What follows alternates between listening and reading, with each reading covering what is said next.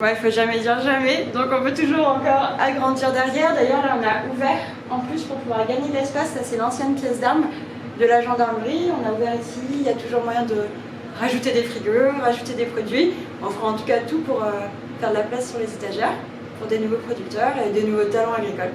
Donc du coup maintenant il y a combien d'espace et il y a combien de mètres carrés?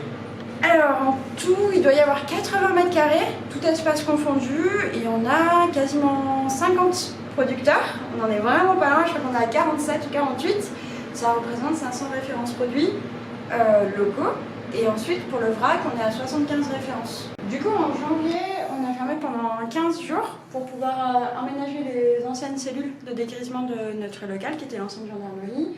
Et on a inauguré l'espace d'alimentation vrac bio et zéro déchet. Donc c'est pas forcément local, tous les fournisseurs sont français. Tout ce qui est accessoires zéro déchet, c'est des jeunes entrepreneurs français qui veulent œuvrer à la réduction des déchets. Donc on a tout plein de petites choses, soit en tissu, soit du dentifrice à croquer, des Livraps, ça c'est des emballages de la cire d'abeille. Et ensuite, là, dans l'espace vrac, il y a tout ce qui peut être utile au quotidien, la farine, les pâtes, les légumineuses, le thé, le chocolat, tout ça. Donc juste ici. Donc ça, c'est que des fournisseurs bio français aussi. Et puis on a aussi des producteurs locaux qui se sont engagés avec nous dans l'aventure vrac et bio zéro déchet. Donc on a de la farine de Fressines-Lozère qui est un mot juste à côté, qui nous le propose en gros contenant comme ça, donc à se servir en vrac. Les œufs, on les a également à l'unité, donc en vrac, avec des boîtes de récupération. Le café en grains en vrac, c'est un torréfacteur, c'est Claude, du boulevard d'été à Mende qui vient de s'installer, qui nous le propose aussi. Ensuite, il y a une seconde cellule, juste ici. Là, c'est pareil, on retrouve que de la contenance en vrac.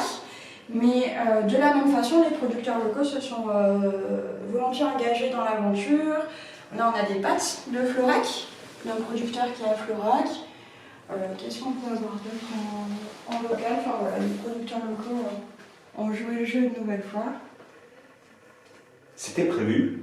Alors non, ici ça devait être des cellules où on allait créer des espaces de réunion et de coworking, mais avec les mesures sanitaires actuelles et l'évolution de la crise sanitaire, on a voulu s'adapter au mieux, proposer quelque chose qui allait avoir une utilité pertinente en ce moment pour les villageois. Ça permet de vraiment créer un point à nouveau de rencontre où on discute sur le circuit court tout de même, la façon de s'alimenter et comment on consomme. C'était vraiment ça le challenge. Et comme on ne peut pas se réunir autour d'espaces de coworking, on ne peut pas se réunir dans la partie resto, c'était à nouveau un prétexte pour pouvoir échanger ensemble et à nouveau un prétexte pour tisser du lien entre nous.